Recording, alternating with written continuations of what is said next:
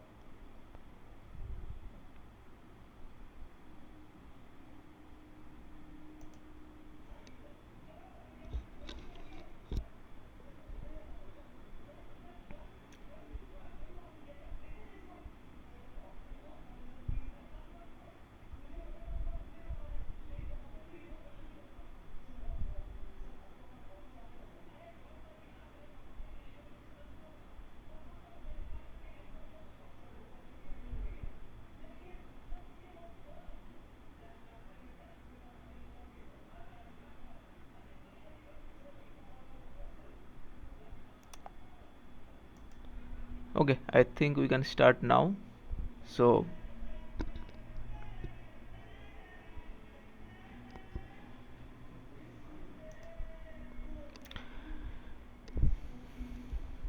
as in the previous session, we are also going to discuss here few problems similar to the ones you have given in the assignment that you are supposed to solve, and we are going to discuss the key concept behind them. Just reiterate a few important points from the lectures itself so that it help you to solve similar kind of questions. So let us first see what questions we have.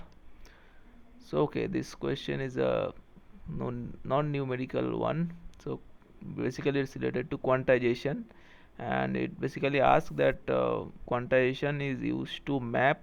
The option A says a continuous time signal to a discrete time signal. Second option says is continuous time aperiodic signal to a power signal. Third one is a random continuous time signal to a deterministic discrete time signal, and the fourth one says samples of a continuous time signal to discrete set of values. So the answer could be given in a minute, but I am more interested about the topic about the quantization itself because it's so important. Because any kind of processing you do in the digital domain, and digital domain means you have samples in your hand, that's fine. But let's first I try to motivate the quantization that why it is even required.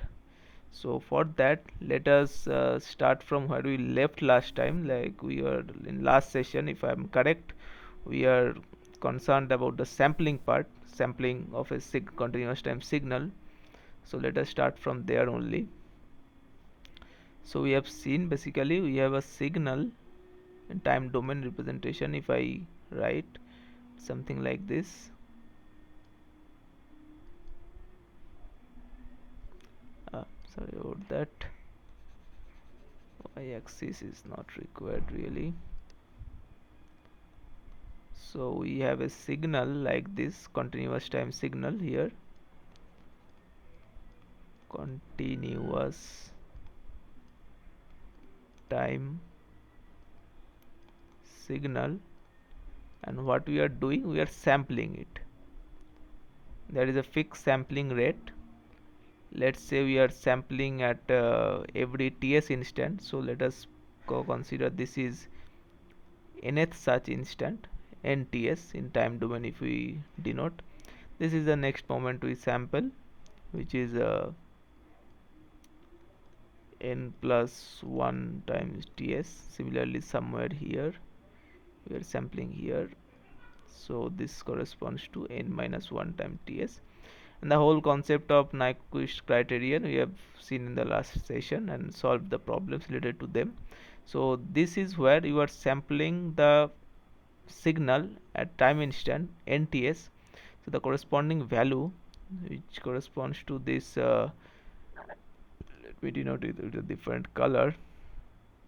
This black dot here corresponds to the sample value m of nts. So this is a scalar value, right? So first of all, if it's a continuous time signal, so let me write down this important observation that m of nts is a scalar which can take infinitely many values.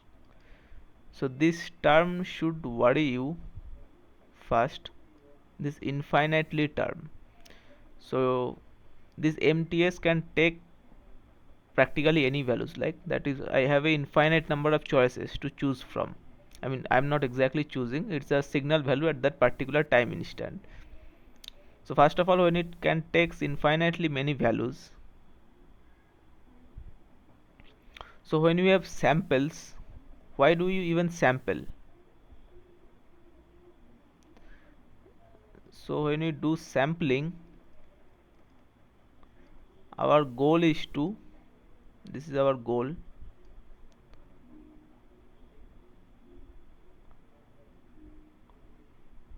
is to convert those datas into information bits.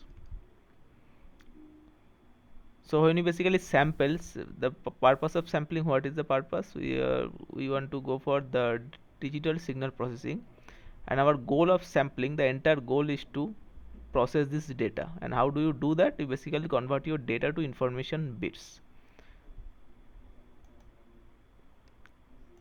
Now the issue is, when my sample can take infinitely many values, then I would need actually infinite number of bits to represent even one sample.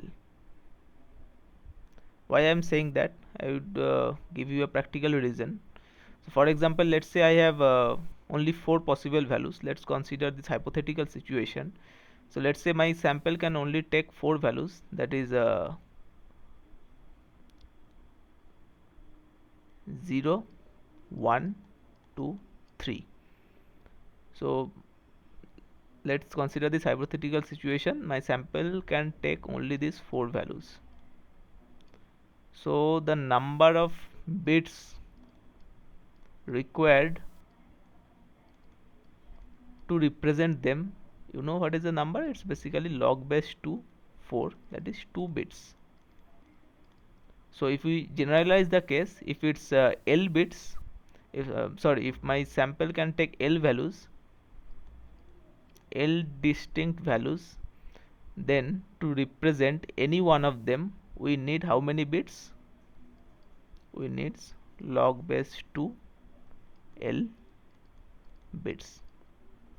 But when my sample itself can take infinitely many values, then according to this formula, if you replace L by infinity, you will see that even to represent one particular sample value we need infinite number of bits, which is of course you cannot afford, because when you go into this practical things, you will basically, to having infinite number of bit to represent one sample value means you need an infinite amount of memory, but you are constrained by that. You have a finite amount of memory, you have a finite number of bits that you can process. There are many practical limitations, so that is not a feasible options. So that is why we go for quantization. So quantization, so let me write down that part. Quantization maps the samples to a discrete set of values. So I am sure by now you have gotten the idea of what the answer is going to be. It's going to be the 4 only, where basically says the quantization is used to map the samples of a continuous time signal to a discrete set of values. But I guess I'm pretty much clear about explaining that why you even need quantization, because if you don't quantize, that means your this m and these scalar values can take infinitely many values, and that will require, even to represent one sample, you need infinite number of bits, which is clearly not possible from a processing point of view, from memory point of view, from any point of view. So that is why you need quantization, which will actually map the sample to a discrete set of values. When I say discrete set of values, it's something like that. Maybe it's two values only, maybe it's four, maybe it's L, and these all actually leads to more finer resolution and less quantization error that we'll talk about in later part of this problem solving session.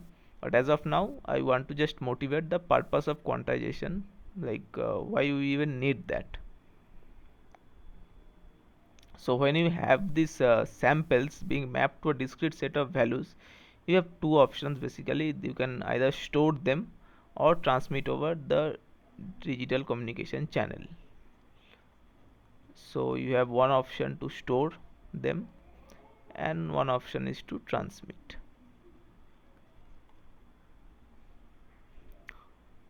So it's about something like this. We call this after quantization we obtain something called Vk, is a function of g m, where your this m is to represent the sample, and this g we call quantization function, and Vk is one of these discrete values we are talking about. To be more specific, this is the kth discrete value.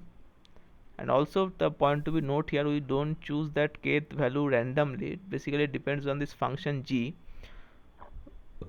which decides for which m you are going to choose Vk, and you are going to choose actually this Vk when your input signal is between this particular interval.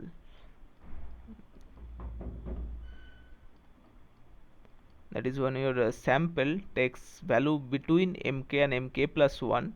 So this is uh, your quantization function outputs Vk. So one surprising thing to note here also, that when I say that Vk is a kth discrete value, and it is being the quantization function only outputs Vk when the input sample takes value between mk and mk plus 1, that essentially means this interval here, this closed interval mk comma mk plus 1, is being mapped to one value. Like, so this is a interval that can holds infinitely many values. Any interval is being mapped to a scalar, and who is achieving this quantization function g here. So you can clearly say the entire interval is being mapped to a scalar value. That is a what quantization actually do. So what I am trying to point out, this is a many to one mapping. It's like any time your sample takes value in this interval, that is eventually going to be mapped into this scalar only. So quantization function is also, you can see, as a many to one mapping function, which whose task is to basically map a interval to a scalar. So therefore quantization is used to map samples of a continuous time signal to a discrete set of values. Fine. With that, let us move to our next question. So the second question is about a specific kind of quantizer which are called uniform quantizer, which are also like the simplest and easy to understand. And when I say it's the simplest, it has actually practical use. It's practical because of its simplicity, and it's efficient also. Not like there are more efficient quantizer also, but uniform quantizer is basically what we start with when we start learning about the quantization. So this question basically concerns with uniform quantizer with even number of quantization levels, and it's basically asked that what uniform quantizer with even number of quantization level, what is it termed? It's something called mid-rate quantizer or delta quantizer or mid-rise quantizer or the DVCM quantizer. So first of all, we need to understand two parts here. The first, I would like to highlight this part here, the uniform quantizer. So to answer this question, we first need to know what uniform quantizer is, and then the second part I would like to point out here, where they are talking about the even number of quantization levels. So what does these two things mean? So let's start with the easier one, which is a uniform quantizer. So actually the idea is pretty simple. Uniform quantizer basically means your quantization levels are uniformly spaced. By the way, this a small point here from the previous part, this vk, which is called actually the kth discrete value, is also called kth quantization level. So there are many like v1 up to vk or up to vm maybe, and these all are quantization level.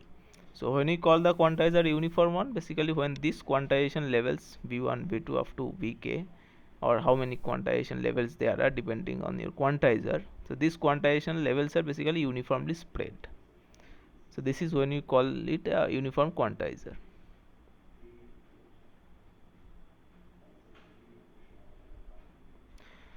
So then it is asked that even number of quantization levels. So let's pick a even number, like consider uniform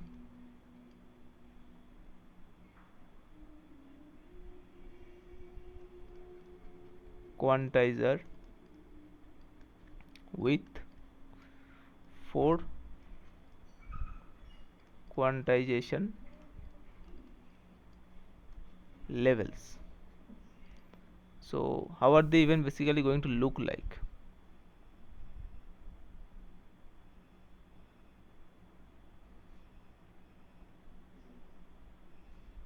So for that, let me draw this picture here, that would make it more easy to understand.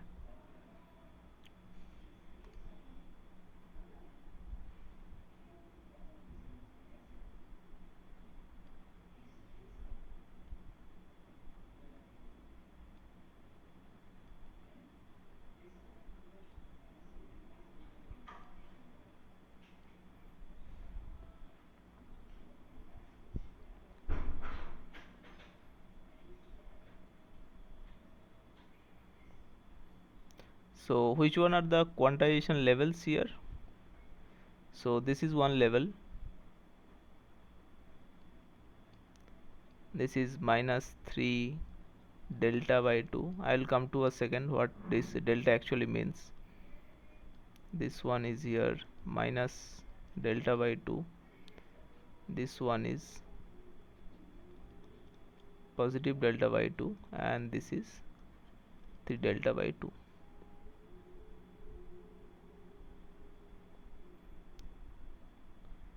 This is 0 here, I am not pointing it out separately. This one here is delta, this one here is 2 delta, this one here is minus delta, this one here is minus 2 delta.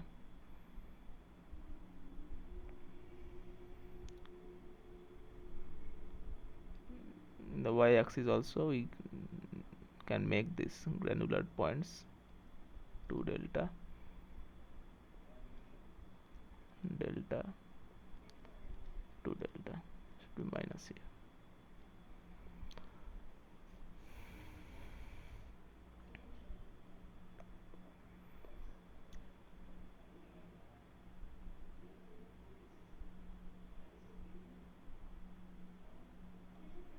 So first thing I would like to point out here,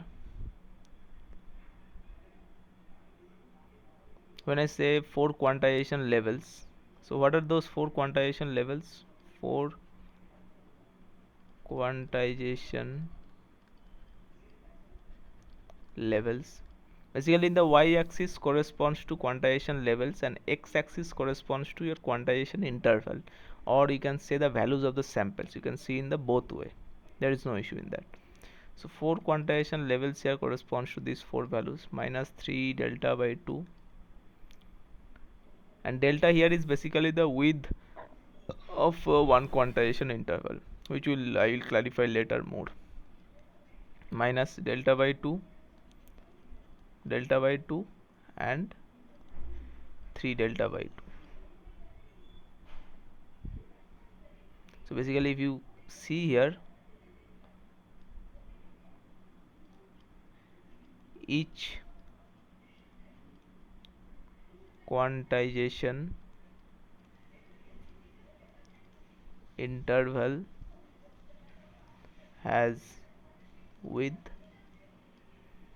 delta by 2.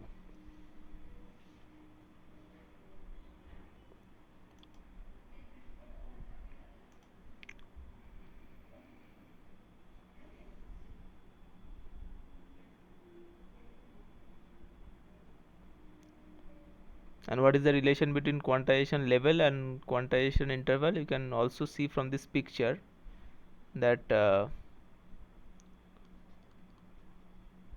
quantization level equal to midpoint of quantization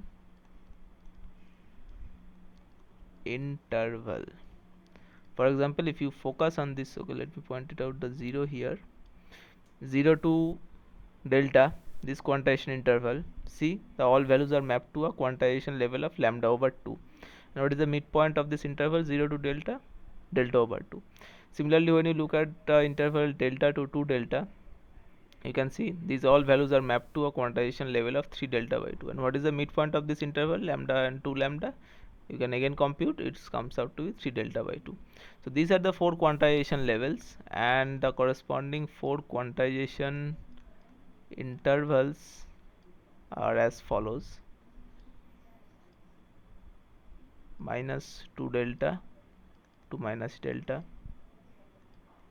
minus delta to 0,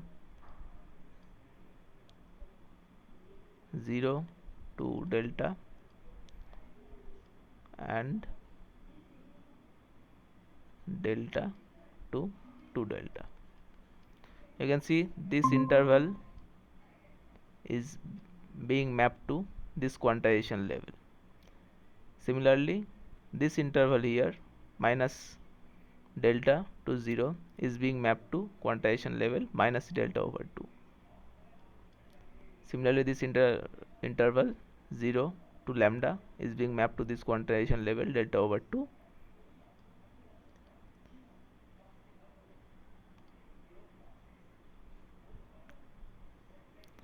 Just a minute. Okay, and this interval here, the last one, delta to 2 delta, is being mapped to this quantization interval 3 delta over 2. And you can see here, whether you talk about the quantization levels or the intervals, they are uniformly spaced, which is the characteristics of the uniform quantizer.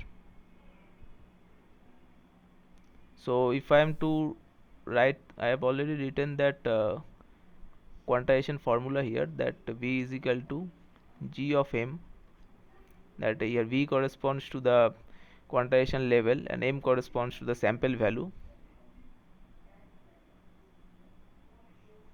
So I'll just write for one interval. Let's pick minus delta to 0. So if my sample takes value in this particular interval, then the quantization function is going to map the sample to the quantization level given by minus delta over 2, and similarly that applies to other interval which I am not writing here. So now we look at carefully this particular characteristics of uniform quantizer for even number of quantization level. What is the characteristics?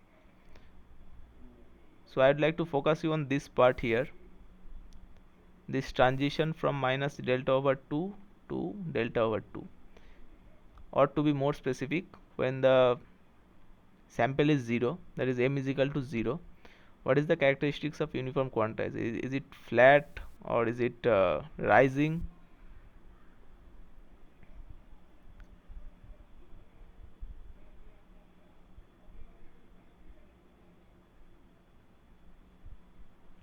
So as it turns out, when you are crossing this m is equal to 0 point, you have actually a rising characteristics here.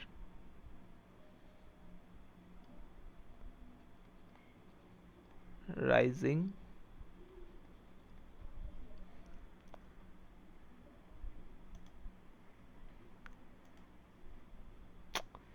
just a second.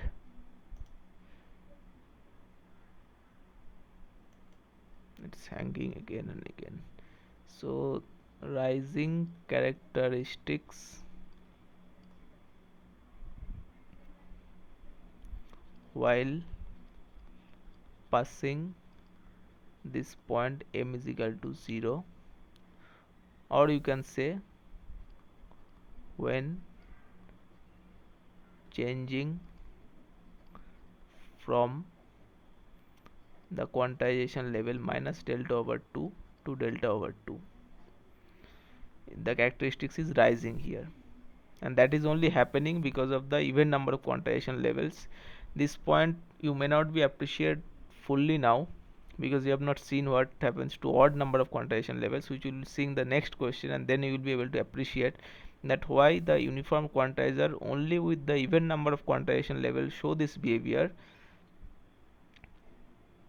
that the quantization characteristics rises when moving from minus delta over 2 to delta over 2 at m is equal to 0, when it's particularly passing through this point when the signal value is 0, sorry, the sample value is 0, it shows this rising characteristics.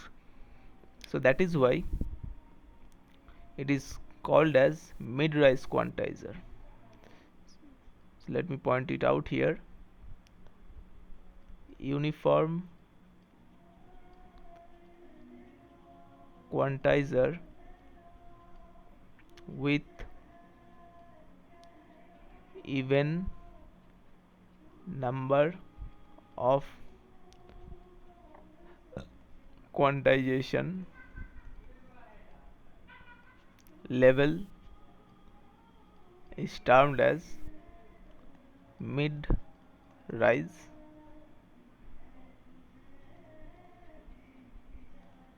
quantizer.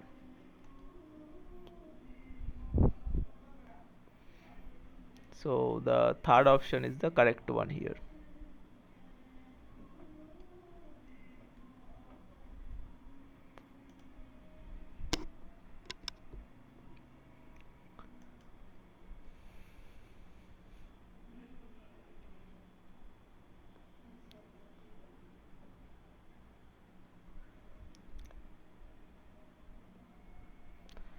With that, let us move to our next question here,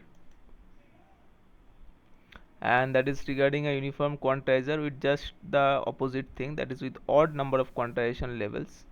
So what is going to happen in this case? So let us draw a uniform quantizer characteristics with 5 quantization level. We have chosen 5 because it's an odd number.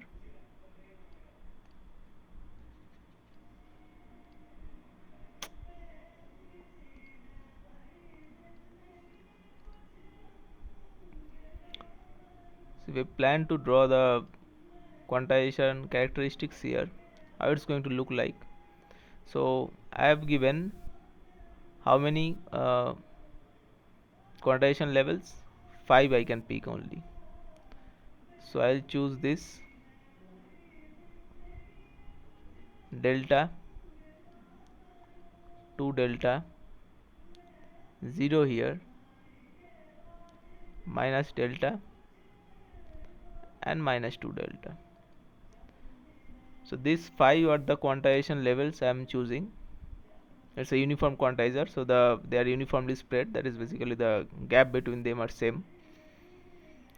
And now I have to choose the corresponding quantization intervals. And how do we choose the quantization in uniform quantizer? The quantization interval is always going to the midpoint of the, sorry, in a uniform quantizer the quantization level is always going to the midpoint of the quantizer interval extremes. So for example, if I pick the 0, which is one quantization level by the way, it should be the midpoint of the interval. So what should be the interval? It is going to be minus delta over 2 to delta over 2.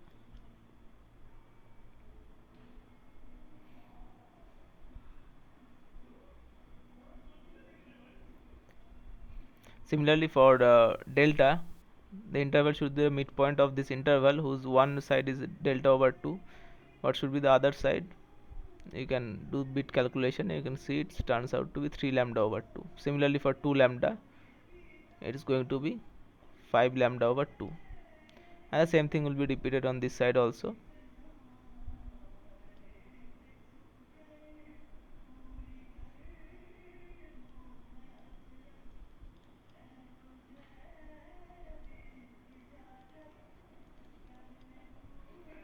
And if I am to draw the characteristics now, so this whole interval is this,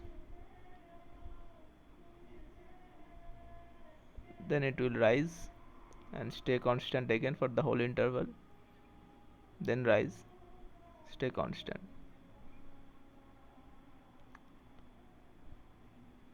Okay, let me just this y-axis points I'll write on the right hand side so that it doesn't get cluttered.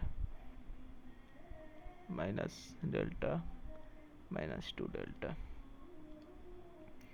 Now I can draw them.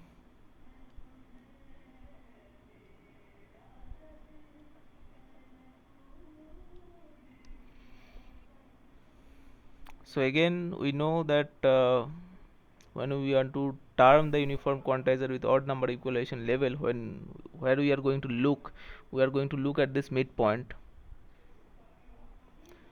Midpoint mean basically when you are crossing the sample value m is equal to 0, that is this point. So basically what we see here, at this particular point, quantizer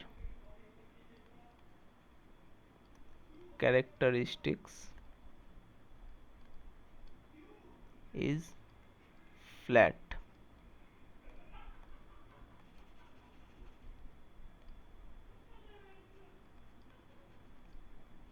At m is equal to 0.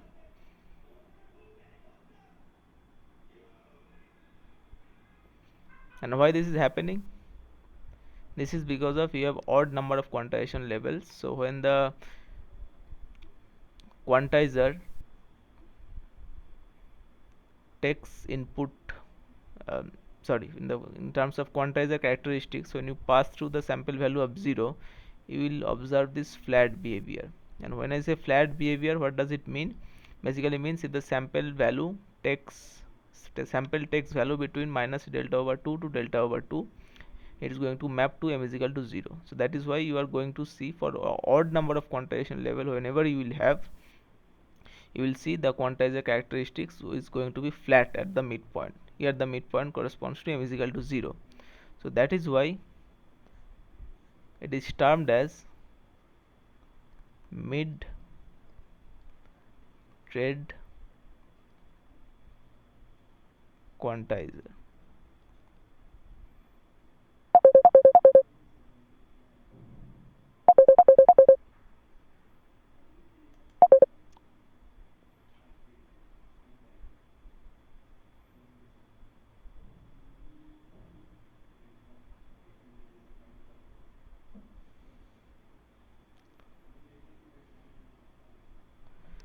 So this is termed as the mid-rate quantizer, and let me point out the quantization levels and quantization intervals for you here. So we have basically 5 quantization levels, 5 quantization levels, which corresponds to minus 2 delta, minus delta, 0 delta and 2 delta. And what are the corresponding 5 quantization intervals?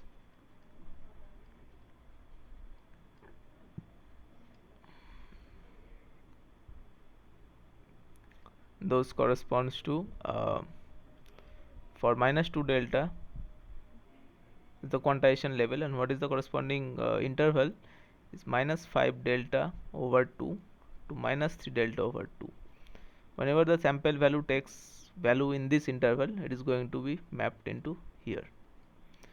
Similarly, for minus 3 delta over 2 to minus delta over 2, this is going to be pick the quantization level of minus delta over 2 to delta over 2 is going to be picked by 0, the quantization level. Then delta over 2 to 3 delta over 2, it is going to pick the quantization level of delta, and for 3 delta over 2 to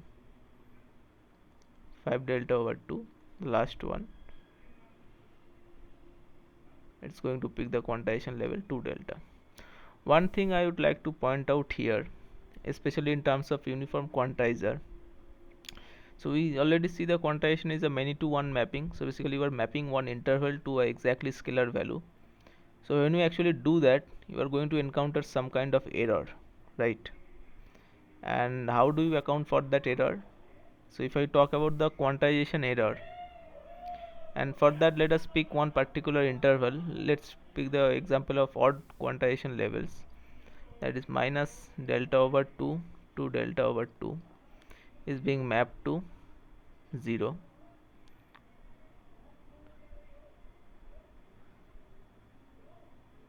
So what is the quantization error? Quantization error, for example, your sample takes value minus delta over 2 and it is being mapped into 0. So in that case, what is the quantization error? That is true value minus 0, right? Minus delta over 2 when m is equal to minus delta over 2. Similarly, your quantization error is going to be delta over 2 when your sample takes value at delta over 2 positive again. Why is that? Because again this is going to map to 0. So you can see that for uniform quantizer, the quantization error, the maximum value of quantization error can vary between minus delta over 2 to delta over 2. Of course your sample value is 0, in that case it is being mapped to 0, so there is no quantization error, but usually there is always going to be some quantization error. And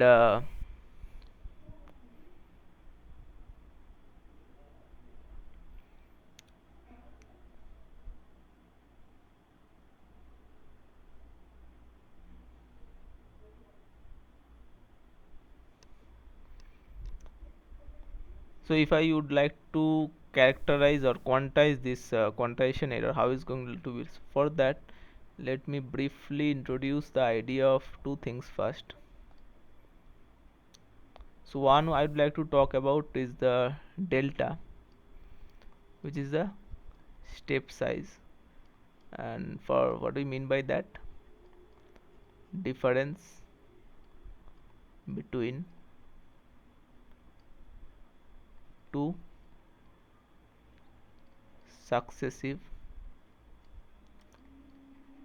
quantization,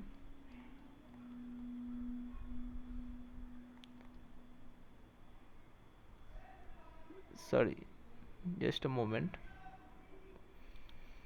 Step size, I've briefly get the definition wrong. It could be seen by that also, but that is not the main thing. The main thing is step size means your quantization interval length.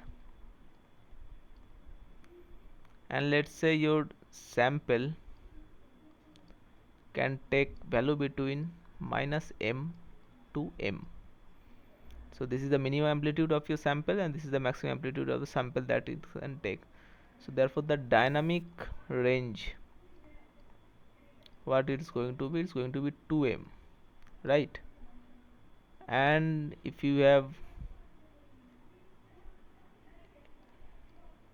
want to compute how many levels you have, number of levels, so that is going to be your whole dynamic range 2m divided by the step size, right? This is what your L is all about.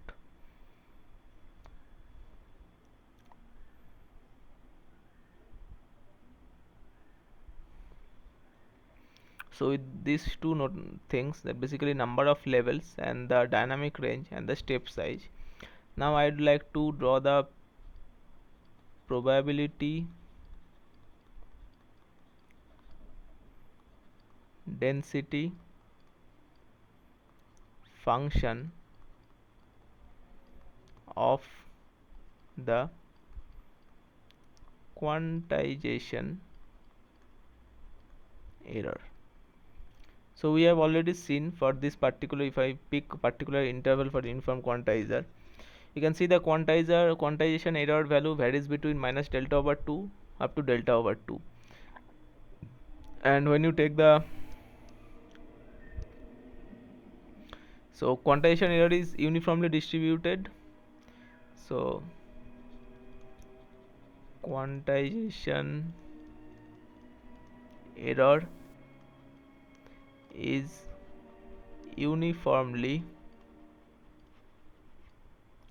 distributed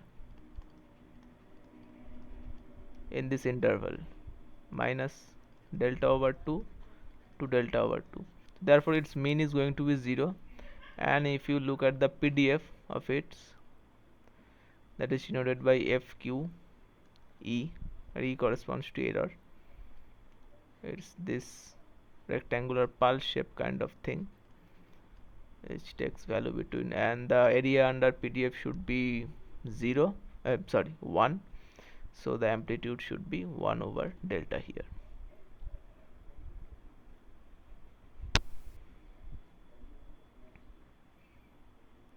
So you can clearly see by symmetry the expected value of noise is going to be 0, but of course the variance is not going to be 0. So if I am to compute the expected value of error square, which basically means I have to integrate over the range of PDF is square FQ E DE, and FQ has a fixed value of 1 over delta. So now I have these two range here, which the basically the value error can take, and then we have E square D, that is E cube over 3. And if I place those values, what I am going to get here, 1 over 3 delta divided by del square by 8 minus of minus del square by 8. So it's 1 over 12 delta, and delta value we have obtained from here 2m over L. So that value we can replace also, or we can just, okay, sorry, it's del cube here, so this should be del square, cancelling out, so it's del square over 12.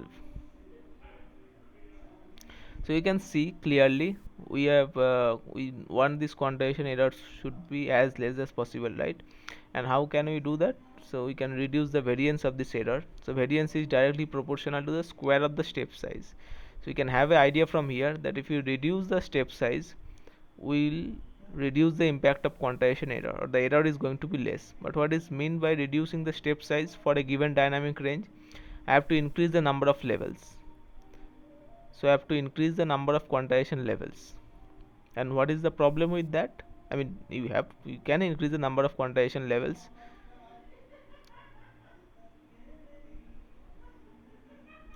So if we have L quantization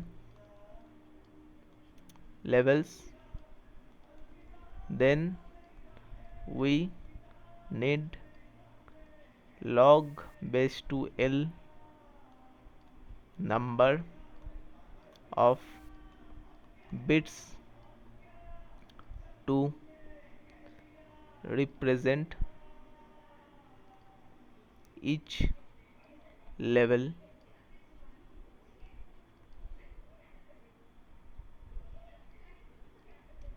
which is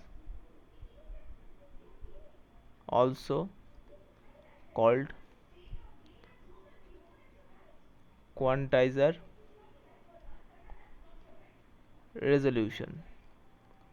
So you can clearly see from that there is a trade-off, like you can reduce the quantization error to arbitrarily low level by reducing this step size here, but for a given range of your sample, reducing the step size means introducing more number of levels. But when you have more quantization levels, you have less quantization error, that's true, but now you need log base 2L number of bits to represent each of these levels. So you can see the number of bits to represent your quantizer, like quantization level, now increase. So you will need to transmit more and more data, and this number of bits that is required to represent one quantization level is also known as the quantizer resolution. So on the one hand, you can increase the quantizer resolution, that will decrease the step size and decrease the noise, but on the other hand, you will need more and more number of bits, that is you have this signaling overhead kind of thing, that you will need more number of bits to represent one quantization level, which you may not which actually increases the complexity.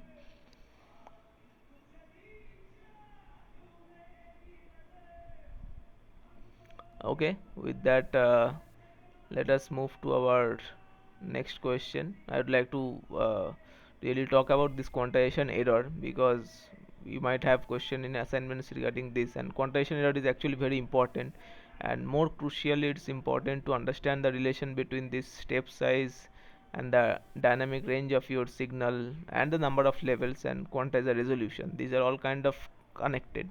So if you want to achieve better performance in terms of one metric, you have to compromise somewhere else.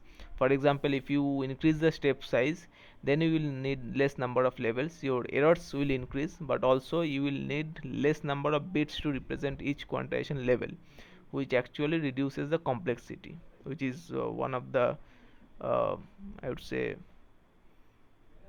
very practical consideration for practical quantizers. They often want to reduce the number of bits that needed to represent the quantization level, which reduces the complexity drastically. But then again, you will face the error of having higher quantization error. So it's like a trade-off. If you can tolerate slightly more quantization error, you can go with a quantizer which have quartz resolution, that is less number of bits. On the other hand, if your focus is to minimizing the quantization error, then you should go for a higher resolution quantizer which will require more bits, but then also the actually the error quantization error decreases. So with that, let us move to our sixth question. So that relates to delta modulation. So as of now we are talking about this uh, quantizer resolution thing, that was mostly it's important to reduce the number of bits that the quantizer needs to represent one level, and delta modulation in this context is a excellent uh, thing to talk about, where you can reduce the number of bits that is required per levels. And how do we achieve that? So we'll talk about that first. So this question mainly concerned about the delta modulation, the distortion that occurs when the signal rises or falls slowly in comparison to the reconstructed signal is termed as which of one of these. So before answering the question, I would first like to discuss the delta modulation part in details, that what is the motivation behind using the delta modulation thing even, or why should we go for that. So I'll just reproducing the parts of lecture only here. So it's just the things we have seen in the lecture. I'm only just reinforcing those concepts by revising them again and again. So for example, you have these signals, right?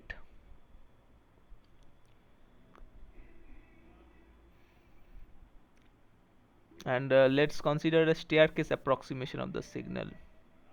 What I mean by staircase approximation, so this is what I'm talking about. So this is our quantizer does, right?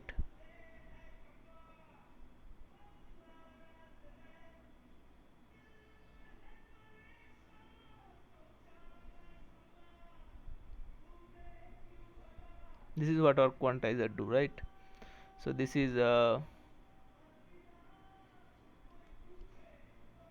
this one here is the original signal, and this one here is the staircase approximation of the original signal. So now the whole motivation behind delta modulation says that what about instead of quantizing every sample, what if we quantize the difference between successive samples? What will happen in that case?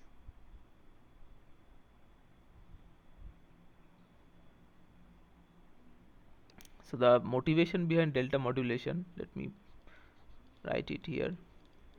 Motivation behind delta modulation, that instead of quantizing samples, quantize the difference between successive samples. So what is the benefit? I would like to say about that hypothetically. So let's say I have those kind of samples, like let's say has sample values I would like to talk about. So let's say we have 1001, 1003, 1007, 1002, like this, right? So let's say if I want to quantize them, these samples, then how many bits will require? Now that is not a very straightforward question if I don't give you the number of levels, but let's say I am using like on approximate we are going to need somewhat 10 bits here, 10 bits to represent each sample. That is basically what we need here.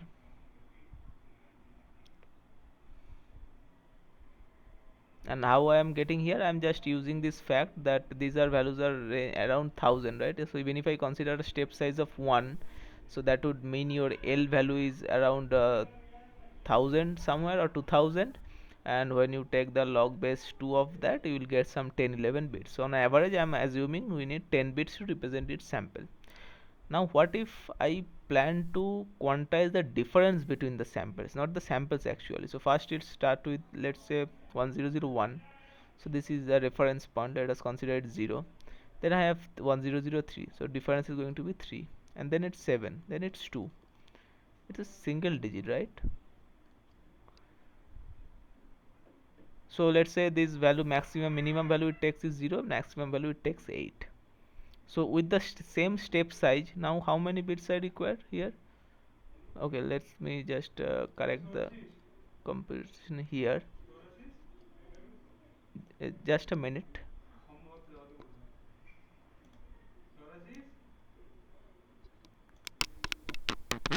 হ্যাঁ আসছি এক minute.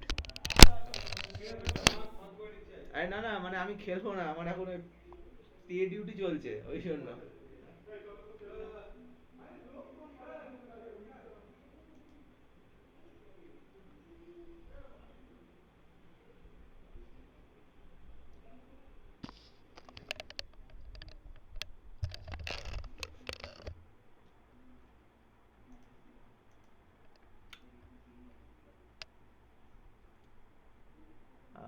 Sorry about that.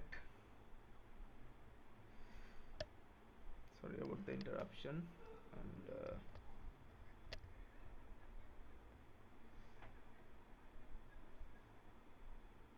just a minute. Okay.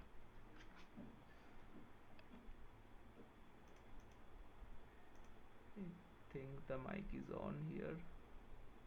Okay.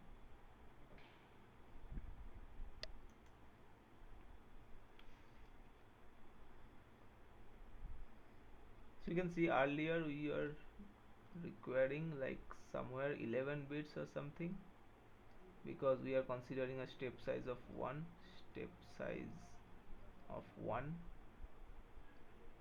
Here also we are keeping that fixed, step size 1. So basically my L is around the value of 2000, and therefore we'll have log base 2 of 2000, that is somewhere around 11 bits. So earlier we are requiring, when we are planning to quantize every sample, we are spending 11 bits actually to represent each sample. But if the now the gap is reduced to, like, let's say the maximum value is 8, and we have still the same step size of 1, that means my L now reduces to 8, right? So how many bits I require now? Log base 2, 8, that is 3 bits. So we'll have 3 bits to represent each sample.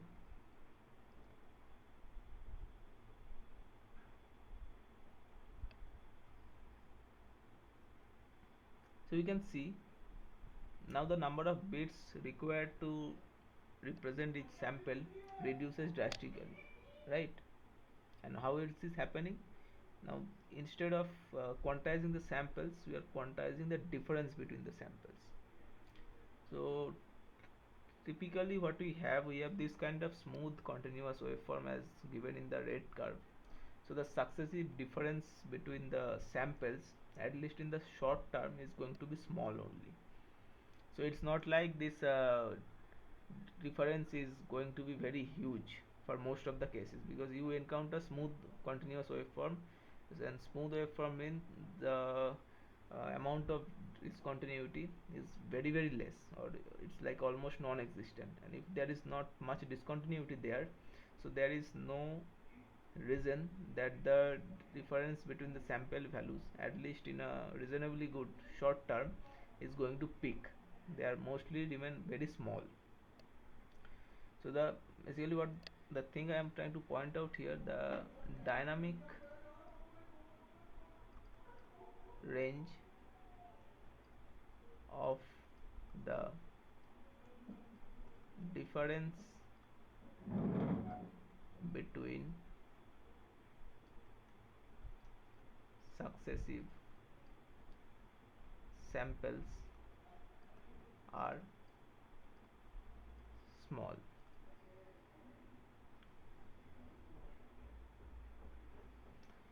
So what benefit you have when you have this dynamic range of this difference, when you have dynamic range small? So the benefit of dynamic range small is multifold actually, because you will have low quantization error, or that is a kind of same like saying finer resolution.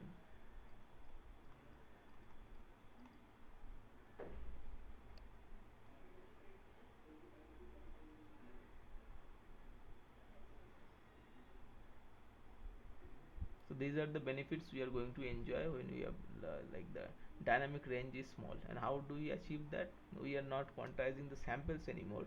The entire idea behind delta modulation is a kind of differential modulation technique which says that we are going to quantize the difference between the samples, not the samples actually. So that drastically reduces the dynamic range. And when you have reduced the dynamic range, the benefits are multifold. You will require less number of bits to represent its quantization level, but you will also have low quantization error, you have finer resolution. There are multifold.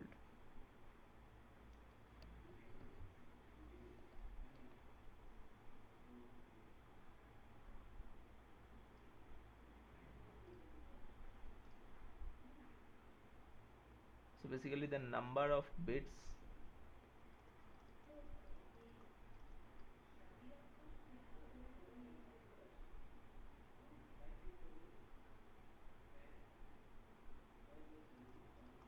to represent the quantization level reduced.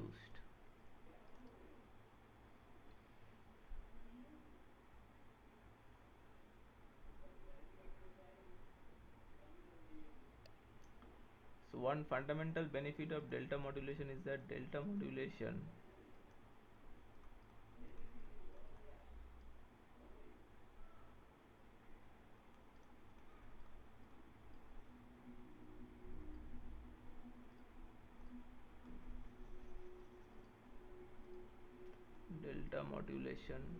drastically reduces the quantizer resolution. So this is the fundamental benefit of delta modulation. You can work with a quantizer which has a very low resolution. And how you can afford that without incurring much quantization error? Because your dynamic range is itself small.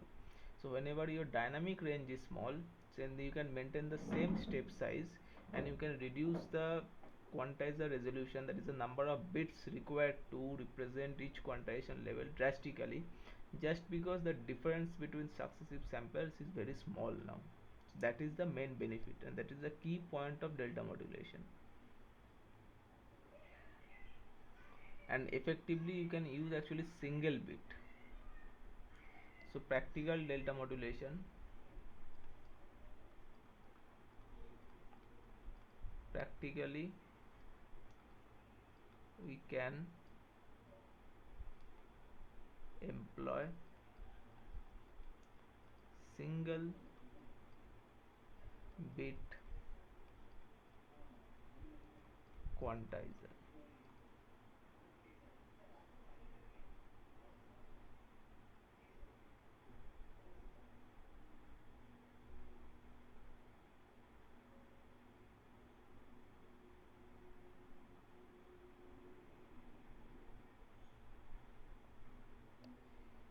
So when you employ single bit quantizer, how it's going to look like? So that is one main question. So for that we have to write the sample of your sig at time instant n. So we write this as m of n, right? This is what is a true sample at time instant n. And then we have mq of n minus 1, which is the approximation to mn.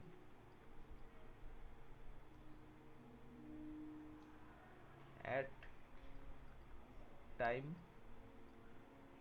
instant n. So what is the difference or the error going to be, that we denote as en, is the difference between the true value minus the approximation. And what is the quantized error? Quantized error, it is EQN. Since we are employing only single bit quantizer here, it's just going to be the sign of error,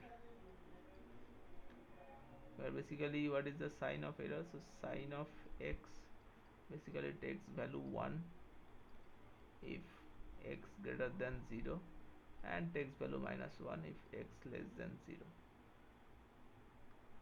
So basically this quantized error take value 1 if the error is actually positive, and take value minus 1 if the error is negative. So that is the key idea. CQN can only be plus delta or minus delta. Delta is corresponds to the quantization levels.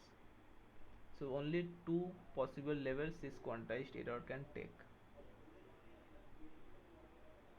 And now you need only 1 bit quantizer to represent the difference, and therefore we have mqn is equal to mq n minus 1 plus quantized error. And what is mqn here? This is the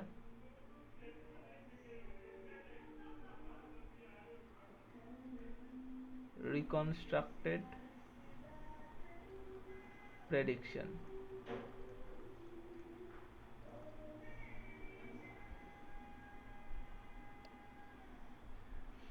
And how this entire thing work? So let me just try to draw and represent it. So it's like this, and on top of that you have this original signal,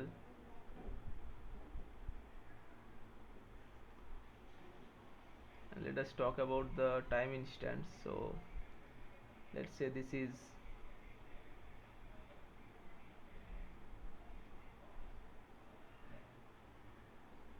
n minus 1th time instant. By the way, this is n minus 1 time ts actually, but we are just ignoring that part. And this is nth time instant.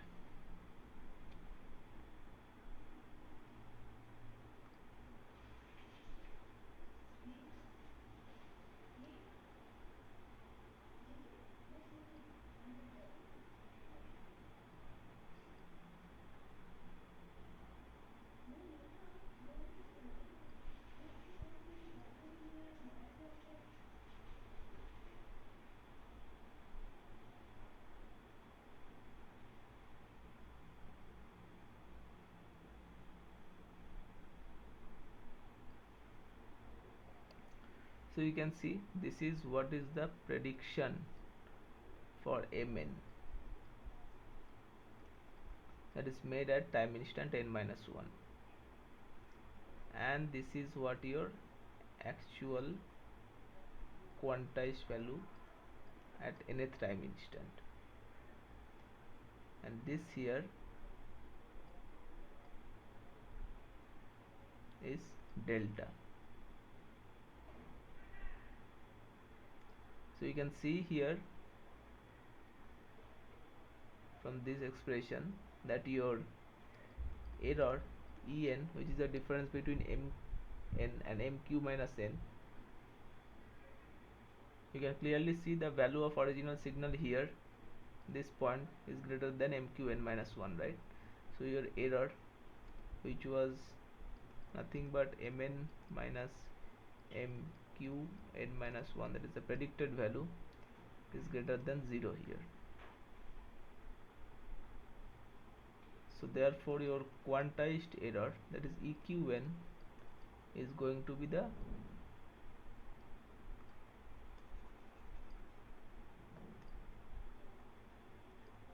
sign of En, that is positive delta.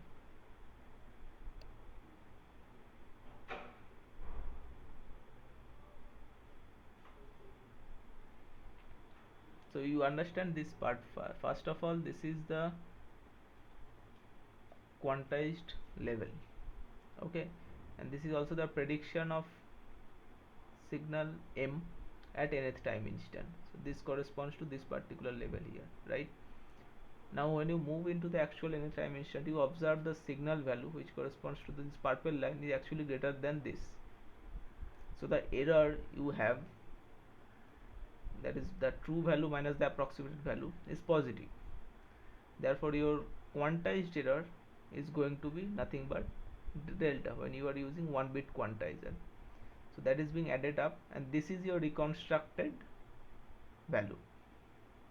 So you find you have some approximation, you find your error is positive, and based on your 1-bit quantizer, that gets added up, and now you have the quantized value of m at nth time instant.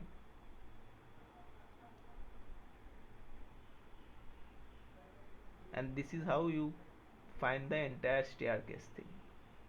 For example, this is here is the previous time instant, this is the approximation, but this is the signal, true signal value, but the error is negative, so your quantized error is minus delta. So you have moved downwards by a quantity of minus delta, and then you have the staircase approximation. So this one here is the staircase approximation.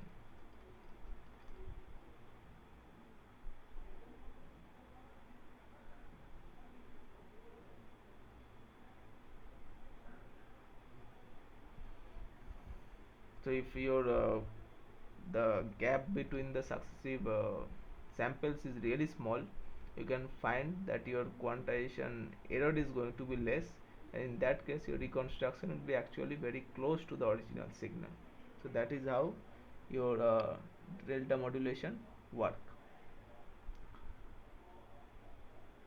And you can see it has a huge application in the compression application, because when you are encoding the difference between the successive samples, you are dealing with very low values. So actually that has very vast use in the image compression or audio compression work.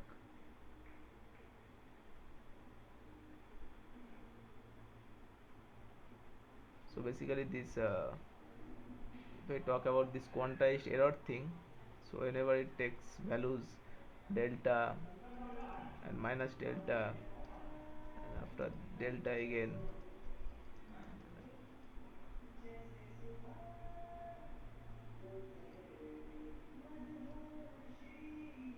so this corresponds to your,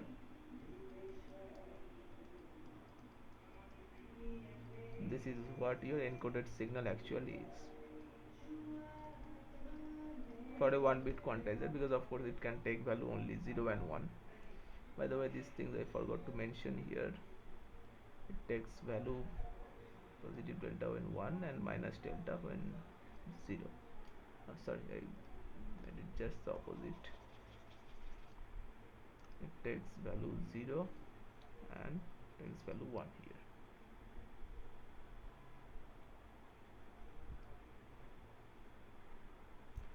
So now about the question. This is all about delta modulation I wanted to discuss. Now I have to consider the case when would ask that when basically signal rise and fall slowly, what will the distortion that occurs as a particular name and what is that. So basically it concerns about the case when signal rises or falls slowly compared to the reconstructed signal. And how do we represent that case?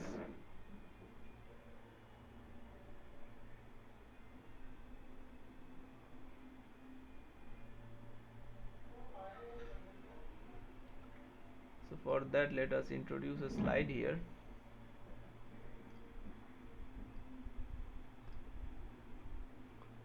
So let's consider this particular signal.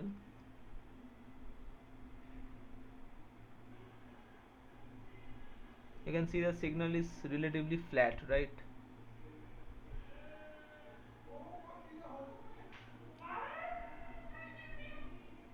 So when you go for a staircase approximation corresponds to a large step size.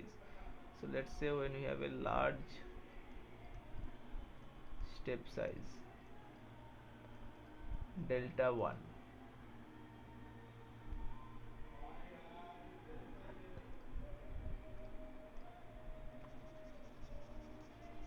let me denote this in a purple.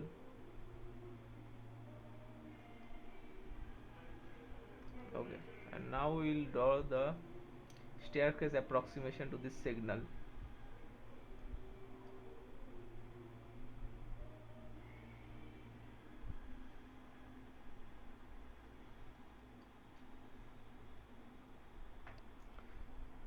So you can see here that your original signal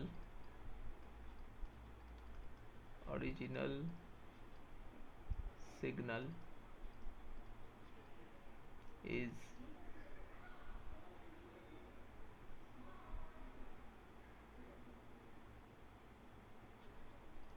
close to flat or has a very small slope. But when you have a large step size,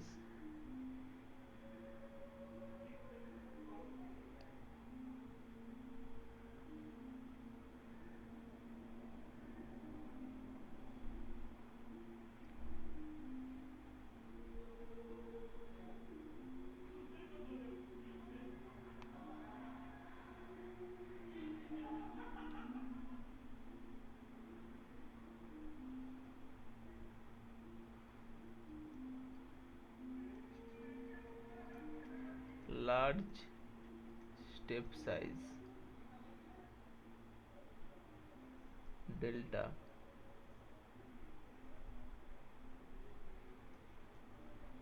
leads to granular noise when the signal is relatively flat. In that case, actually if you have some small value of step size, it is actually better. If we have a staircase approximation like that, then it won't lead to granular noise for you because it would be able to follow the signal. The reconstructed signal is following the original message signal when you have a small value of lambda, because okay, let me first point out here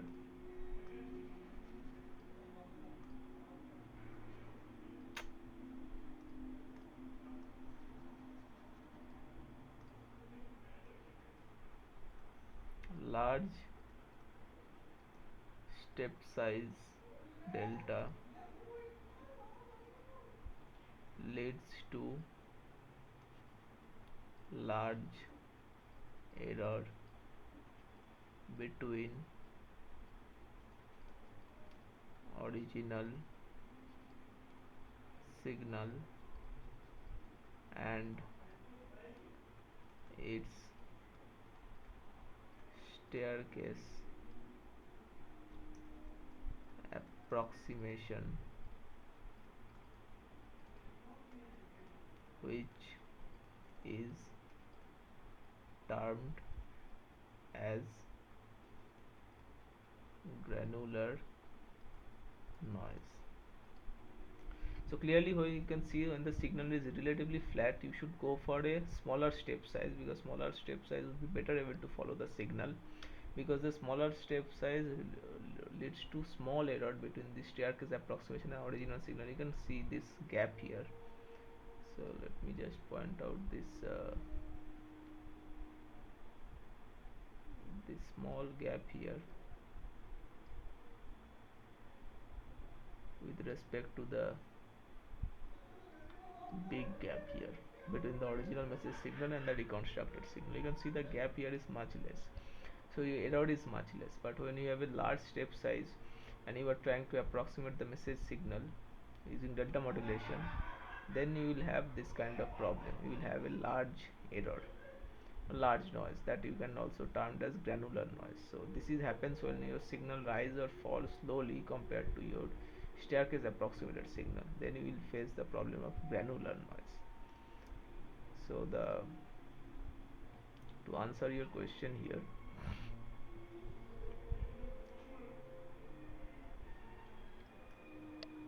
the distortion that occurs when the signal rise or fall slowly in comparison to the reconstructed signal is termed as granular noise. I would take this opportunity to discuss the opposite case of that what happens when signal rise or fall rapidly in comparison to the reconstructed signal. What happens then? So let us see the situation. Don't take much time. So we are considering when signal rises or fall rapidly, when signal rises or fall rapidly compared to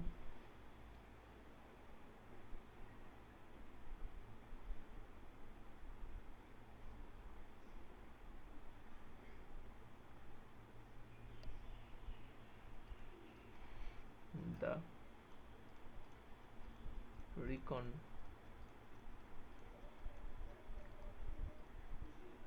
instead of showing the math first, I would like to show the geometry first, so you'd be able to better appreciate of what's actually happening. So let's say this is your signal in red,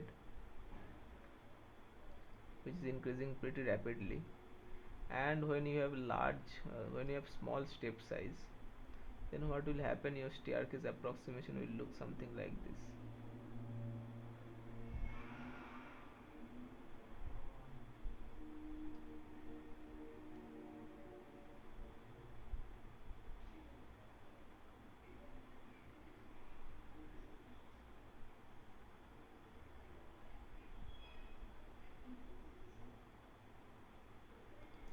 Let me draw that situation also in black.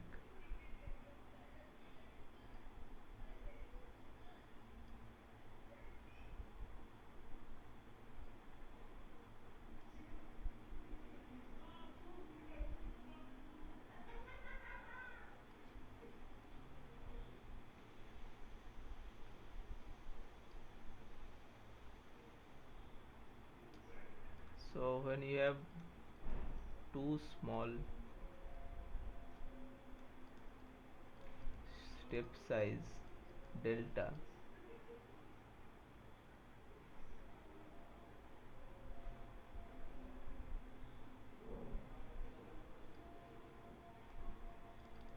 signal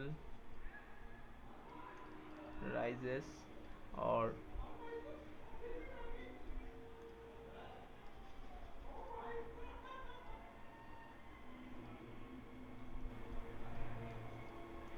falls rapidly compared to the approximated signal. Okay, better to write here compared to staircase approximation, compared to the staircase approximation.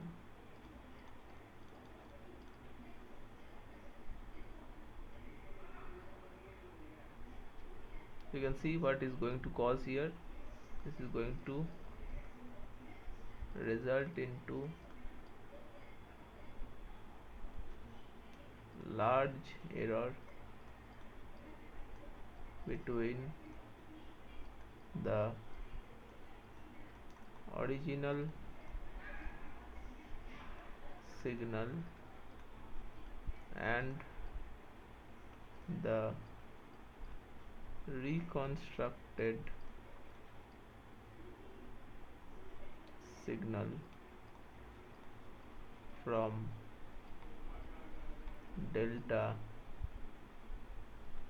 modulation.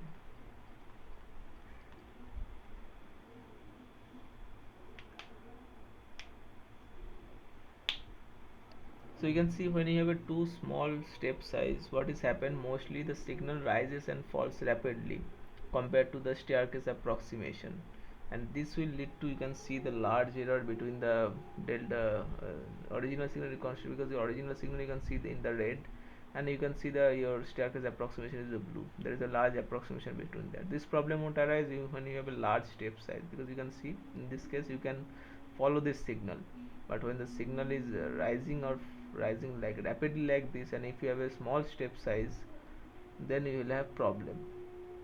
Similarly things happen for the rising scenario.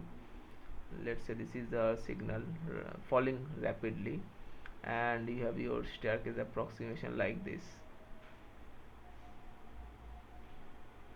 then basically the same issue arises as this case rising here. Your staircase approximation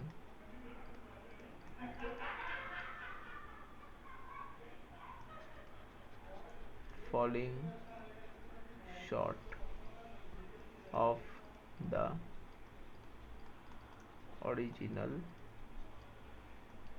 signal.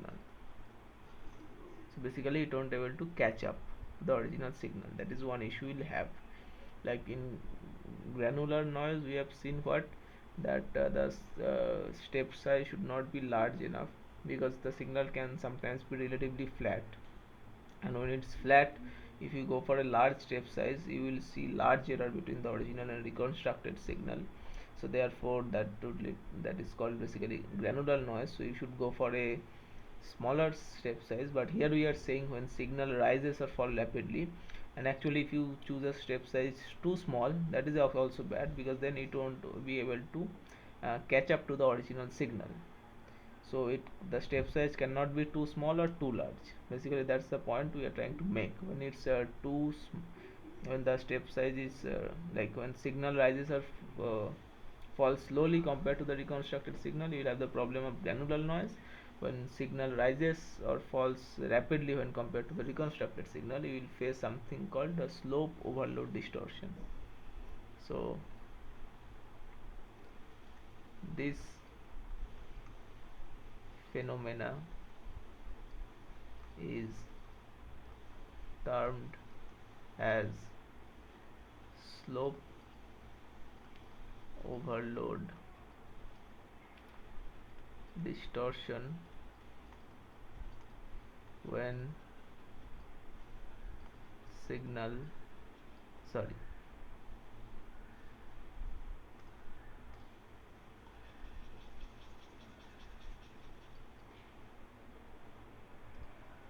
when staircase approximation using delta modulation is unable to catch up to original signal due to small step size delta. So you can see that if you go for a large step size, you can run into the risk of having granular noise, and if you go for a smaller step size, you can run into the problem of slope overload distortion. So you should choose between together. The best alternative, of course, is something else. It's called adaptive delta modulation, where based on the slope of the signal you can adapt the step size, but that's something that has been discussed in lot of details, and since there is no assignment question based on that, I am not getting into that deeper, but that's a fairly interesting topic if you are interested how to actually counter both granular noise and slope overload distortion. That's really good. It's called adaptive delta modulation, where you can adapt the step size based on the signal slope.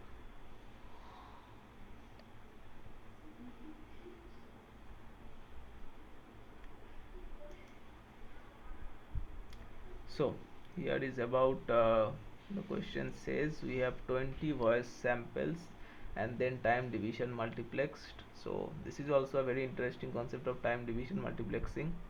It says the sampling operation uses flat top samples with 2 microsecond duration. So this is pulse coded modulation, and the multiplication operation includes provision for synchronization by adding an extra pulse of sufficient amplitude, and also that is of duration 2 microsecond. So the highest frequency component of each voice signal is 3 kilohertz. Assuming you are sampling at a Nyquist rate, so calculate the approximate silence time between the successive pulse of the multiplexed signal.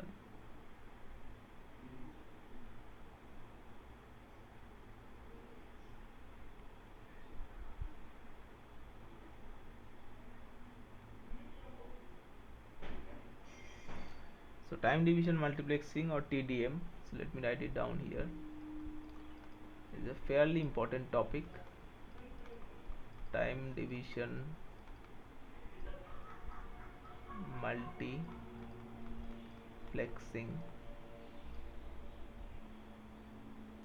The goal is to basically, as the name suggests, multiplex different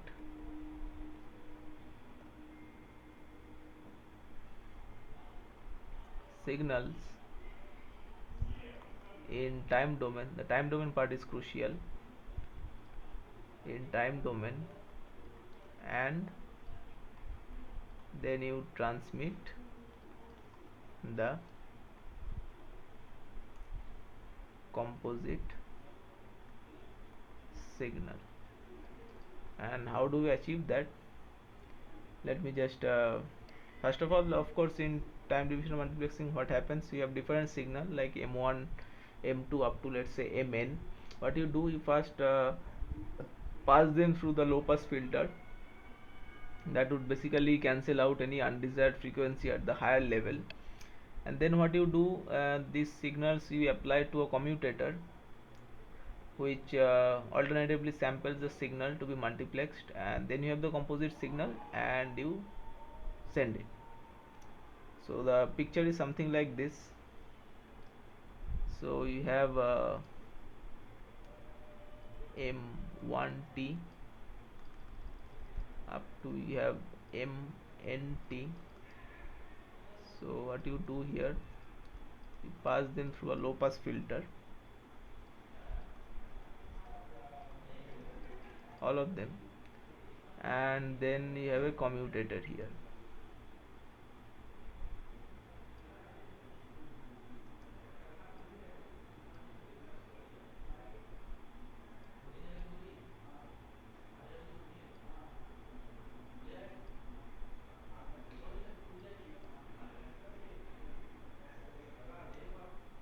So this is called commutator.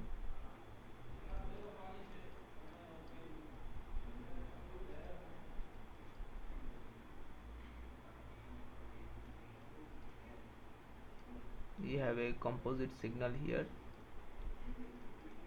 composite signal, which you transmit over channel. And how does it being done in practice? So let's say this is your signal m1 dot dot dot dot up to you have here uh, mn here. So basically what you are doing, you are sampling at this point, right? Same applies to here. The duration is ts, sampling duration,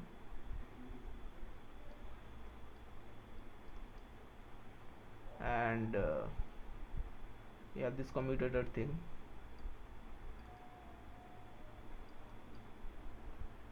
And what do you have this here? You have the composite signal.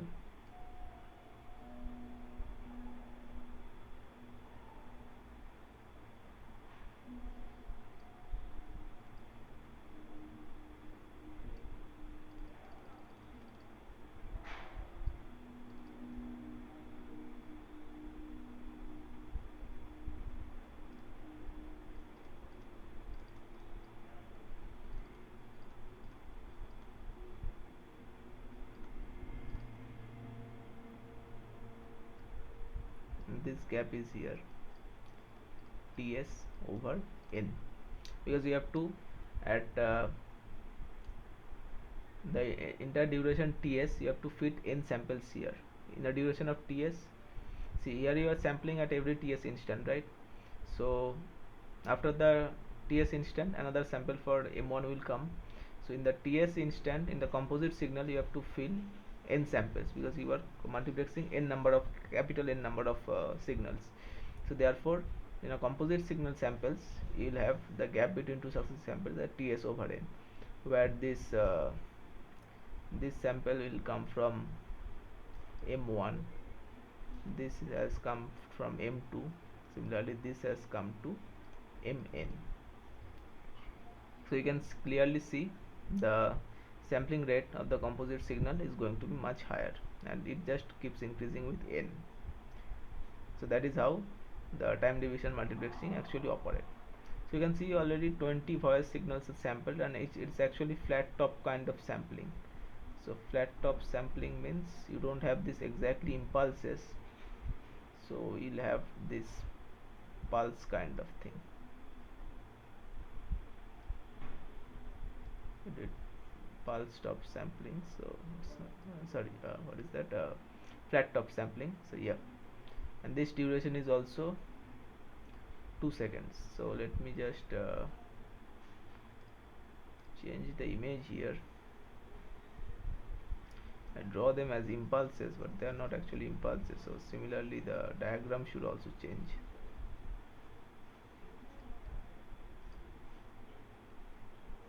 We have flat top sampling, so this is what from m1 will come, this is, let's say, from m2, and similarly this is from mn.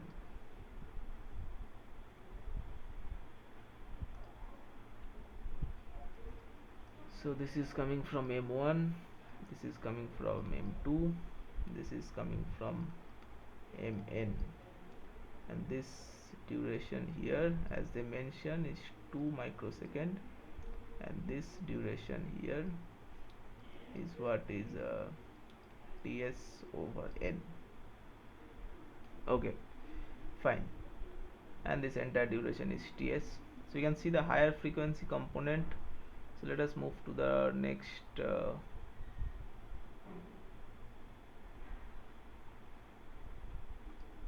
I'm just want to take this whole image to the next page.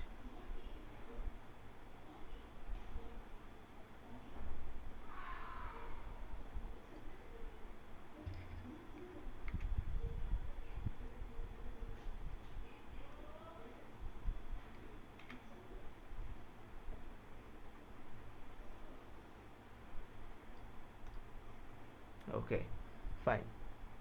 So now we have seen this is out of 2 microsecond. There are, so let us write down 20 voice 20, sorry, let me just see the question again. 20 voice signals.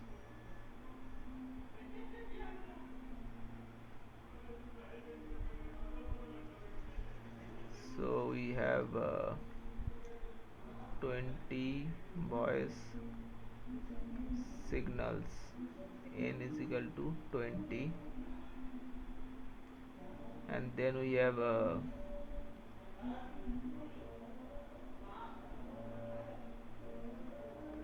each signal sampling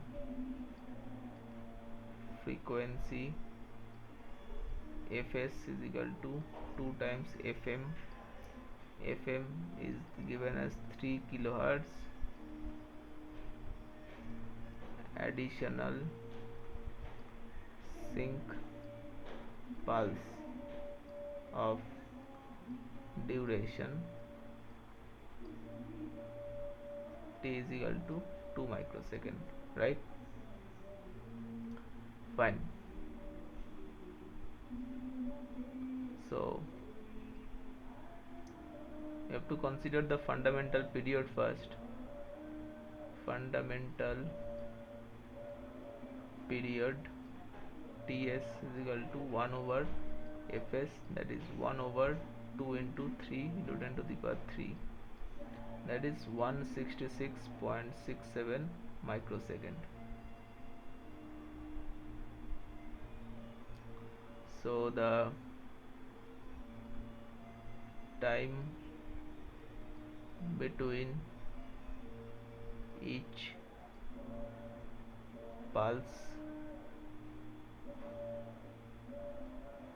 there are 20 voice signals and one additional sync pulse, so there are total 21. So 166.67 divided by 21, let me calculate that. 166.67 divided by 21, so that is 7.936 microsecond. Now pulse duration is 2 microsecond. So what we have found, this thing, like this entire duration, sorry, not this entire duration,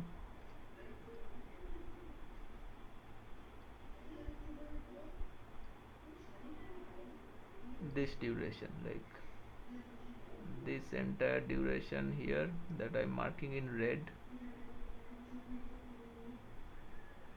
up to this point, not outside that, sorry about that, wrong impression here, yeah, fine. So this red mark here, this corresponds to, that is the time between each pulse, including their width, including the pulse width, is given as 7.936 microsecond, and the pulse duration here is 2 microseconds. So what is the approximate silence time between each pulse? So let me write down.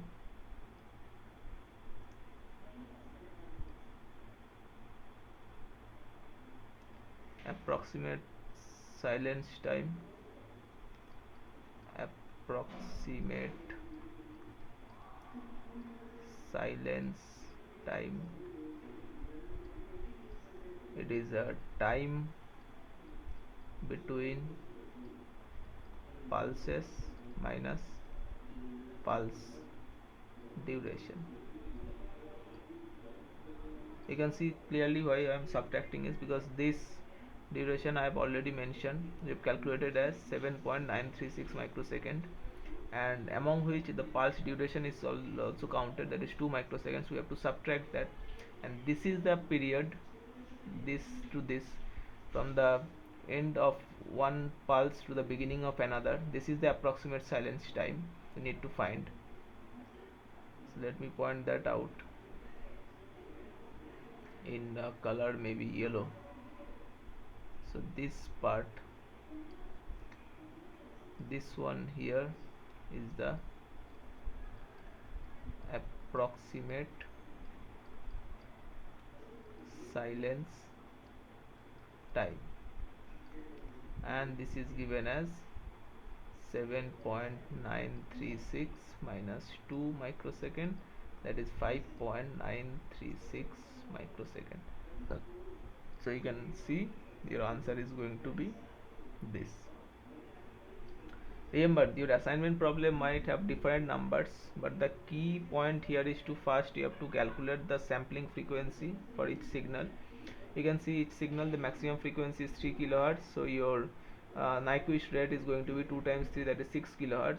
Now once we obtain the sampling frequency, you can get the fundamental period from there by 1 over fs. So here we get 166.67 microsecond. Now in 167.67 microsecond we have to allocate the number of voice signals that is given, whatever the number is given here, it's 20 or maybe 15 also in your case, that plus the additional synchronization pulse is there. So it's the number of voice signals plus 1, that is here is 20 plus 1, 21. We divide it, that will give me the time between each pulses, that is 7.936 microsecond. Now it's not impulse based sampling, it's a flat top sampling, so we have to subtract the pulse duration carefully from it, because I have seen here this is the time between each pulse, the whole thing marked in the red. This is what 7.936 is, and you have to subtract the pulse duration from here to get the exactly silence time between two pulses. So for my case it's 7.936 minus 2, that is 5.936 microsecond. For your case it might be something else, but the procedure will remain same only. So let us move to our next question, which concern itself with a superhead receiver with broadcast frequency FC and intermediate frequency FIF. What should be the corresponding image frequency? So first of all, why do you need to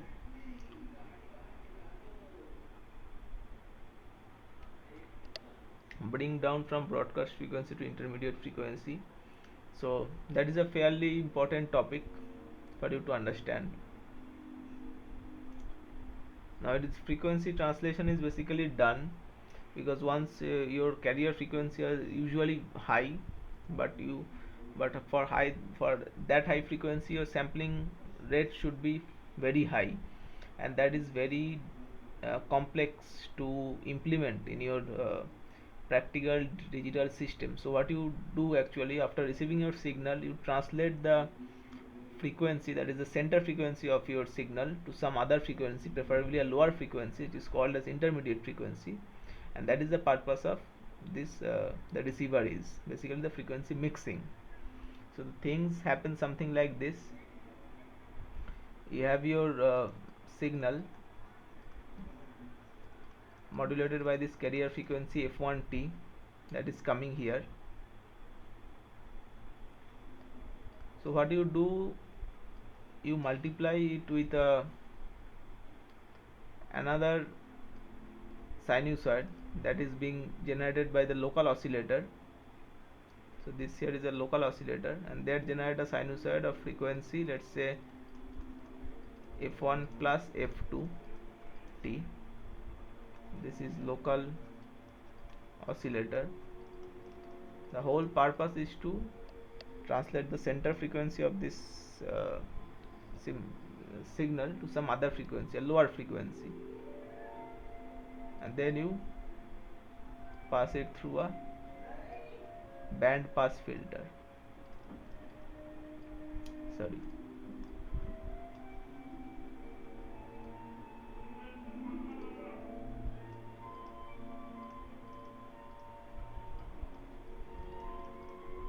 Centered around f2.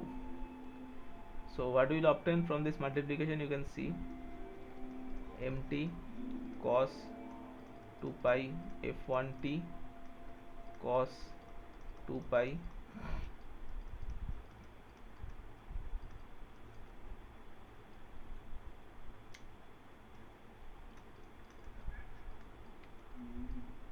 we will have one term, that is cos 2 pi f1 plus 2 f2 t and you will have another term cos 2 pi f2t. Now you pass through a band pass filter centered at frequency f2. What you will obtain is this. Your signal will remain same, it is just the center frequency is translated to some other frequency f2 now, and this f2 here is called the intermediate frequency.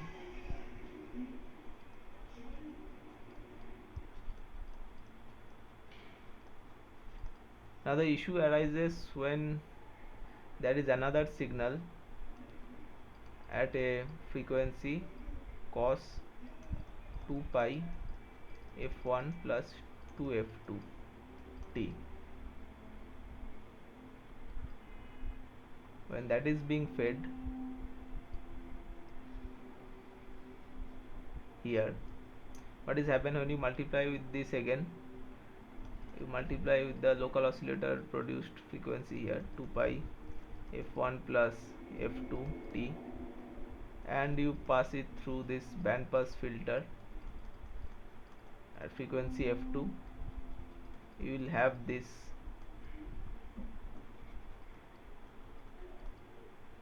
let's say it's m1t, some other signal, and you will have the signal at that particular frequency f2 again, because you can see this is subtracting f1 plus 2f2 minus f1 minus f2, that is f2 will only remain. When you pass it through a band pass filter, you will left with 2 pi f2t. So this is what is called as image frequency. This is what is called as image frequency, and this is a problem with the receiver, so the superheterodyne receiver, that not only this f1 get translated to f2, but also f1 plus 2f2 is also get translated to f2. So in order to now this signal might be strong enough to cause interference to your original signal, so before this translation thing, there should be some RF pre-operation, some radio frequency pre-mixing should be done in order to reduce the influence of the signal or mitigate it. But that is less important for our question as of now. More importantly, we are asked the what should be the image frequency corresponding to those values, and I am actually giving you the answer. So f1 is what your broadcast frequency is, and intermediate frequency I have already explained, that is f2. So image frequency, you can get the expression f1 plus 2f2, that is your f1 is 1 kilohertz plus 2f2 means 500 hertz. So basically f1 plus 2f2 means 1 kilohertz plus 2 into 500, that is 0.5 kilohertz, so you will get 2 kilohertz. So here 2 kilohertz is your answer, and this is the concept behind the image frequency, that not only f1 get translated into f2, but f1 plus 2f2 will also get translated to f2 in both cases. And if this signal happen to be strong enough, then it will reduce the, it will completely corrupt the original signal that you plan to decode. So you have to find a way even before the mixing to reduce the influence of this signal, and this is our corresponding image frequency that we have obtained. Now let us move to our next question, which says GSM multi-frame has 26 frames, and which each frame has 8 time slot, and there are 195.3 bits per time slot, and each bit is 3.7 microsecond long. What is the approximate duration? So here it's nothing tricky here, appears to me, it's just a straightforward multiplication. So GSM multi-frame duration is going to be just 26 frame is there, each frame has 8 time slot, each time slot has 195.3 bit, and each bit is 3.7 microsecond long. So let me just calculate it. It's 26 into 8 into 195.3 into 3.7, that is 150.3 millisecond. Is there, okay, the second answer is the closest one, so it's pretty straightforward. The approximate duration is going to be 150 microsecond, 150 millisecond. And you can see this is also a time division multiplexing framework only, which is used in the uh, 2G standard, which is GSM is a 2G standard.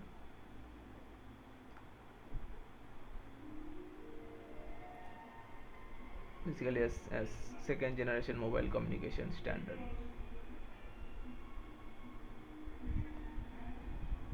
Now we have considered signal MIT, where I varies from 1 to 5, band limited to 4 I square kilohertz is time division multiplexed again, respectively a Nyquist rate for each signal. Samples are quantized using a Mueller quantizer with 1024 levels and binary coded using pulse coded modulation. What is the bit rate of resulting digital information signal?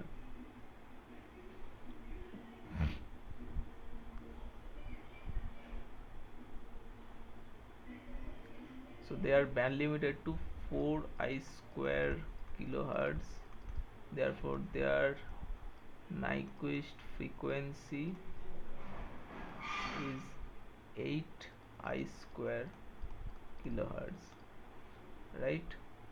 So number of samples in the composite signal per second, what it's going to be, it's just going to be 8 times sum of I square, I is equal to 1 up to 5, right? Because into 10 to the power 3, sorry, there is kilohertz, so 10 to the power 3, so these many samples are going to be there in the composite signal per second.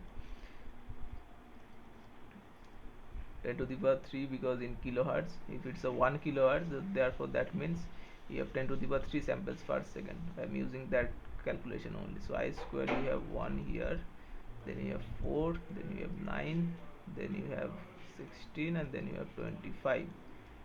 So this many samples are going to be there per second, and you are using a mu law quantizer with L is equal to 1024 levels. So number of bits to represent each sample is going to be log base 2 1024, that is 10. So your bit rate of the resulting signal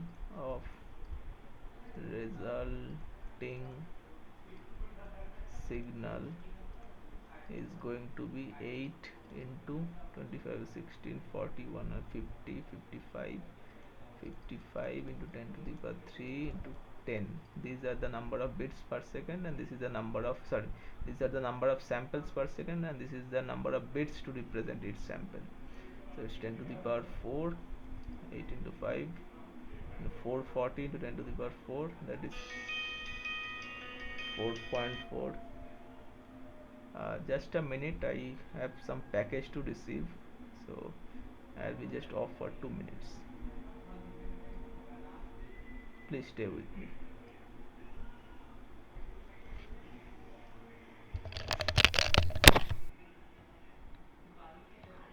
Hello. Hello. हाँ यार जी.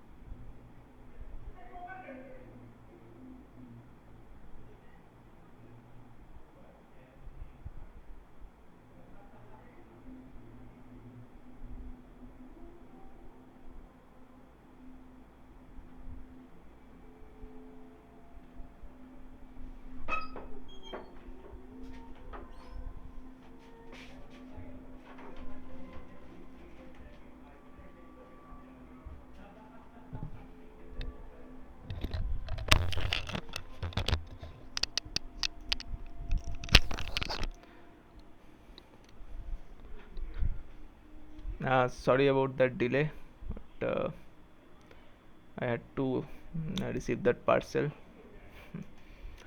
So we are discussing, okay, the we have to find the bit rate of the resulting signal. So we have seen this is the number of samples here. This is the number of samples, and this one here is the number of bits per sample, and we have obtained that 440 times 10 to the power 4, that is 4.4 times 10 to the power 6 bits per second, that is 4.4 mbps. Is there, okay, this answer is matching, so the first answer is the question, sorry, the first option is the answer. Next we talk about 24 voice signal are sampled uniformly and time division multiplex. So again a TDM problem. The sampling operation uses flat top samples with 5 microsecond duration. Fine. The multiplexing operation included provision for synchronization by adding extra pulse of again 5 microsecond duration. Highest frequency component is 2 kHz, and assuming sampling at Nyquist rate, what is the approximate silence time? So that is pretty similar to the questions we have already seen earlier, so I won't go into much details. I'll just talk about the critical terms here, the important ones. So Nyquist frequency you can see 2 times FM, that is 4 kilohertz. So sampling, this is also your sampling frequency, because as the question says that you sample at Nyquist rate. So sampling period is going to be 1 over 4 into 10 to the power 3, that is 250 microsecond. Now we have 24 voice signals plus 1 synchronization pulse, so 24 plus 1 samples in 250 microsecond. So time between two successive pulse is 250 divided by 25, that is 10 microsecond. Now pulse duration is given as 5 microsecond, so therefore your approximate silence time is going to be 10 minus 5 microsecond, that is 5 microsecond. The detailed calculation of how I am reaching the approximate silence time here has already been done in this question here, where I have shown graphically here. Yeah, you can refer to this. And next is a superhead receiver with broadcast frequency FC and intermediate frequency FIF. So what is the corresponding local oscillator frequency that is larger than FC? So you can see already that when you feed the broadcast frequency here, that is FC, you feed to this mixer, and in local oscillator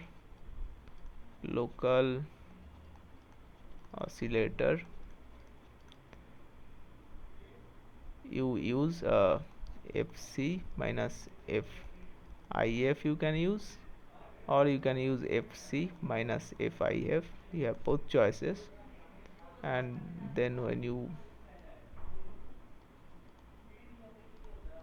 band pass by FIF, that is when you obtain the signal centered around this intermediate frequency. That local oscillator you can use both, this frequency also, this frequency also, both will result into same cases, not exactly same, but when you pass through them this band pass filter centered around the intermediate frequency, it will result into the same signal whose center frequency is translated to the intermediate frequency. So basically the difference is when you The local oscillator frequency is less than the broadcast frequency, that is fc minus fif. This is what it's called heterodyne receiver, or simply het.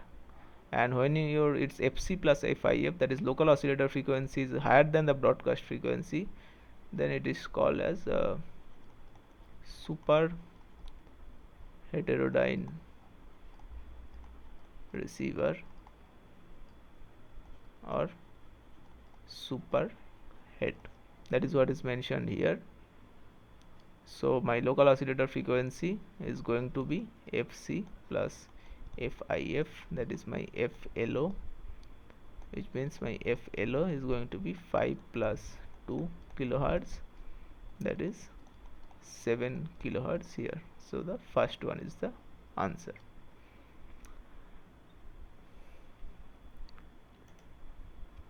So with this I conclude today's session. We'll meet again next week. Thank you.